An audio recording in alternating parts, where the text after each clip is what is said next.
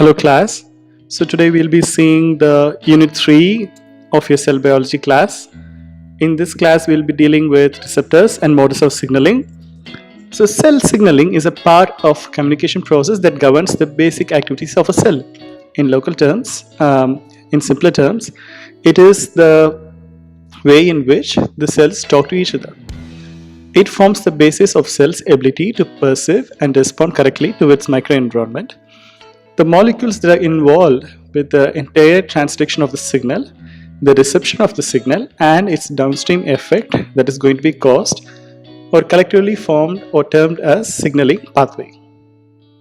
The biomolecules that are present in the cell which receive the signals are known as receptors, and the biomolecules that are present in the receptors that are binding to the receptors is known as ligands. Based on the location they are present, receptors are classified into membrane-bound or cell surface receptor, cytosolic, and nuclear receptors. So we'll start with cell surface receptors. These are receptors that are embedded in the membrane of the cell, in the outer membrane of the cell. There are usually specialized integral membrane proteins which allow the communication of signals from extracellular space into the cells. The extracellular molecules such as hormones, neurotransmitters, cytokines, growth factors, adhesion molecules, and nutrients bind to the receptors to induce a change within the cell. The cell surface receptor act through two different mechanisms: dimerization and rotation. So during dimerization, when the ligand binds to the receptor, two or more receptors come together, they form a dimer, and then they initiate a change within the cell. During rotation, this involves change in the conformation of the protein, and thereby it leads to a effect inside the cell. So this figure shows a simplified model of how this system works. So here you can see the ligand protein binds to the receptor, and once it is bound, this ligand plus receptor complex is triggering intracellular response within the intracellular fluid. So the cell surface receptors, they have three different domains to enunciate their function.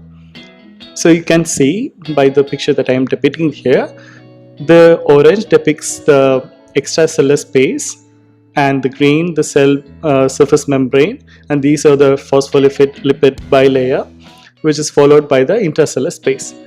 So there is an extracellular domain through to which the ligands may bind, and this in turn changes, probably a change in conformation within the transmembrane domain or cell transmembrane domain, and this change initiates effect in the intracellular space, thereby there is a causative effect within the cells. There are different types of cell surface receptors.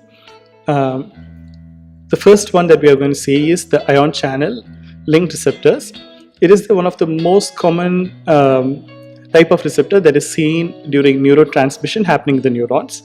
So what happens is the binding of this neurotransmitter induces a conformational change in the receptor, and this opens an ion channel which allows ions from the cell to communicate to out, or ions from the other cell to enter inside the cell.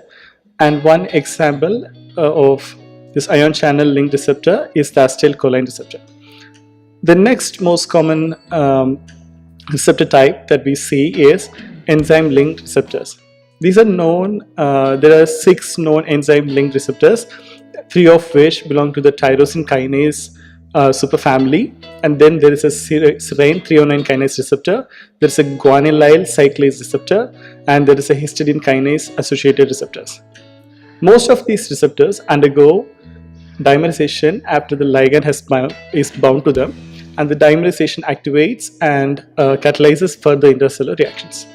And a classic example again is epidermal growth factor, which is the growth factor, and when the ligand binds to the receptor, it results in dimerization, which leads to phosphorylation of tyrosine residues in the enzyme portion of the receptor, and thereby it initiates its activities.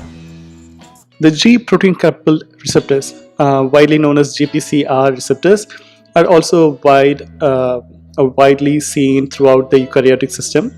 These are activated by, again, a wide range of ligands ranging from small molecules, peptides, to large proteins. There are two major signal transduction pathways that are associated with GPCR receptors: CAMP signaling pathway, cyclic AMP signaling pathway, and phosphodilyl inositol signaling pathway. The G protein is a trimeric protein with alpha, beta, and gamma subunits. And when the ligand binds, it dissociates the beta and the gamma subunits and activates the alpha subunit, which in turn releases bound guanine diphosphate and guanine triphosphate, GDP and GTP. This activated alpha subunit further affects the intracellular signaling. Now we come back to the intracellular receptors. We have been seeing about the cell surface receptors, and now we come to the intracellular receptors, which are cytosolic and nuclear receptors. The receptors which are present, like I said, inside the cell are known as intracellular receptors. The hydrophobic ligands which can easily diffuse through the plasma membrane, the phospholipid bilayer, and reach the receptors, or usually the ligands of this process. Example, hormones. One important class of intracellular receptors is the nuclear receptor, which include receptors for steroid hormones, retinoids, vitamin D, and multitudes of other ligands. Nuclear receptors are structurally similar, comprising of at least 3 domains. It has a transcription activating domain, it has a DNA binding domain, and a ligand binding domain. So this diagrammatic representation depicts an intracellular receptor, which is a nuclear receptor, and you can see the signaling molecule diffuses through the plasma membrane, and this receptor, which is in the cytosol, it binds to the cytosolic receptor and activates the DNA binding domain, so it transfers into the nucleus along with the ligand, and it changes the function of how the transcription of the DNA is done. So usually this particular binding site where the receptor and ligand complex bind is the promoter region of a target gene, and the promoter region initiates the transcription of the target gene. So there are 3 modes of cell signaling: autocrine, paracrine, and endocrine. It's very simple because autocrine, the cell signals to itself. It produces molecules which affects its own receptors. In paracrine, the signals from the cell affect nearby cells, and during endocrine, the signals are transmitted through the bloodstream. So coming back, the autocrine signals, like I said, are signals to itself. Example, cytokine interleukin 1 in monocytes, and interleukin 2 receptor plays a role in T cell maturation. Paracrine signaling, the cell produces a signal to induce change in the nearby cells. The paracrine factors are secreted to the immediate extracellular matrix of the cell and affects the cells which are in close vicinity. The classic example for that is fibroblast growth factor, hedgehog family, and Wnt signaling family. The endocrine signaling, actually this is the cells which are associated with the endocrine system of a body, and the example is growth hormones released by pituitary gland. That's all for Unit 3. Thank you.